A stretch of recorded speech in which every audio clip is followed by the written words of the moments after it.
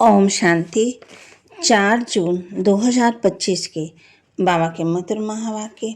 बाबा कहते, मीठे बच्चे, तुम अभी शेरी मत पर साइलेंस की अति में जाते हो। तुम्हें बाप की शांति का वर्षा मिलता है।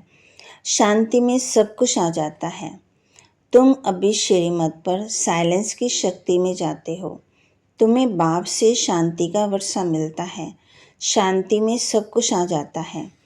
प्रश्न, नई दुनिया की स्थापना का मुख्य आधार क्या है? नई दुनिया की स्थापना का मुख्य आधार क्या है? उत्तर, पवित्रता। बाप जब ब्रह्मा तन में आकर नई दुनिया स्थापन करते हैं, तब तुम आपस में भाई बहन हो जाते हो। स्त्री पुरुष का भान निकल जाता है। इस अंतिम जन्म में पवित्र बनते हो तो पवित्र दुनिया के मालिक बन जाते हो। तुम अपने आप से प्रतिज्ञा करते हो, हम भाई बहन ही रहेंगे, विकार की दृष्टि नहीं रखेंगे। एक दो को सावधान कर उन्नति को पाते हो। गीत जाग सजनिया। धारणा के लिए मुख्य सार। ये समय बहुत वैल्यूएबल है। इसे फालतू बातों में गंवाना नहीं। कितने भी तूफान आए, घाटा पड़े, लेकिन बाप की याद में रहना है। ये समय बहुत वैल्यूएबल है। इसे फालतू बातों में गंवाना नहीं। कितने भी तूफान आए, घाटा पड़े, लेकिन बाप की याद में रहना है। तमो प्रधान से सतो प्रधान बनने का चिंतन करना है और कोई चिंतन ना चले। हम सो हम ही। छोटी सी कहानी बहुत युक्ति से समझानी है और समझनी भी है। तमो प्रधान से सतो प्रधान बनने का चिंतन करना और कोई चिंतन ना चले। हम सो हम की छोटी सी कहानी बहुत युक्ति से समझनी और समझानी है। वरदान, मगन अवस्था के अनुभव द्वारा माया को अपना भक्त बनाने वाले मायाचित भव। मगन अवस्था के अनुभव द्वारा माया को अपना भक्त बनाने वाले मायाचित भव।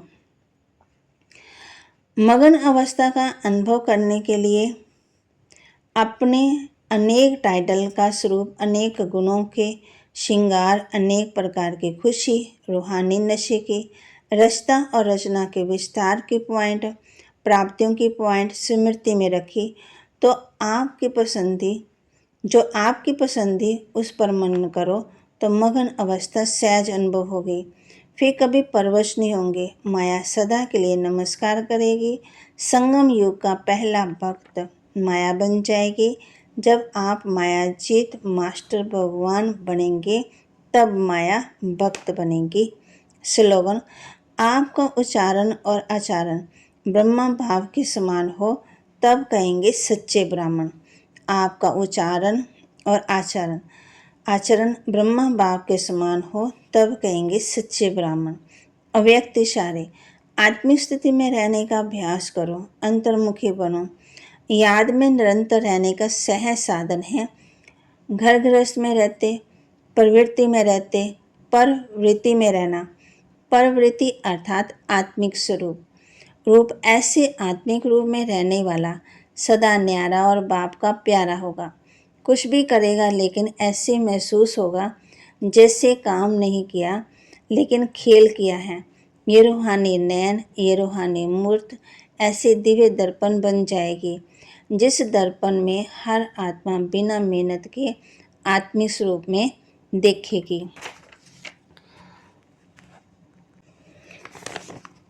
बाबा ने कहा है कि ये सुना है ना, जाग सजनिया जाग। अब सोना नहीं है, बाबा कहते जागना है, मन बुद्धि से जागना है। फिर हम ब्राह्मण सो देवता बनते हैं। हम ही देवता थे, फिर चक्कर लगाया, हम अभी ब्राह्मण बने हैं, फिर विष्णुपुरी में जाएंगे। ज्ञान है बहुत सहज, परंतु कोटों में कोई निकलते हैं। बाबा हम बच्चों को समझा रहे हैं, बाप तुम बच्चों को सुदर्शन चक्रधारी बना रहे हैं। अभी तुम बच्चे जानते हो बाप आए हैं, सबको साथ ले जाएंगे।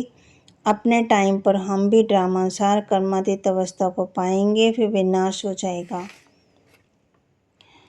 फिर बाबा ने बच्चों को कहा है, बाकी फालतू बातें सुन अपना माथा खराब नहीं करना है। सब बातों का एक मुख्य बात है, उनको नहीं भूलो, बाप को नहीं भूलो। कोई साथ टाइम वेस्ट ना करो, तुम्हारा टाइम बहुत वैल्यूएबल है। तूफानों से डरना नहीं, बहुत तकलीफ आएगी लेकिन बाप को याद करते रहना है। बाप को याद करते रहेंगे तो ऊंच पद मिलेगा। बाबा कहते हैं कि बाप को याद करो। बाप जो है, जो विश्व का मालिक बनाते हैं, उनको तुम भूल जाते हो।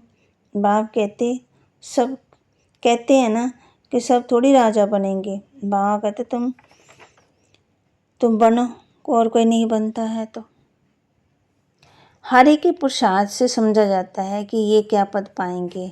बाबा को जैसे स्कूल में होते हैं ना, स्कूल में बच्चे होते हैं, स्कॉलरशिप लेनी है, तो बाबा कहते यहाँ पे भी चिंतन रहे, फिक्र रहे कि हमें स्कॉलरशिप लेनी है। तो बाबा के महावाक्य को लाइक करें, शेयर करें, सब्सक्राइब करें और अपने जीवन में धारण करें। और बाबा ने आज हम बच्चों को मौन के बारे में बताया है। अंतर्मुखता की गुफा में रहना है। ओम शांति।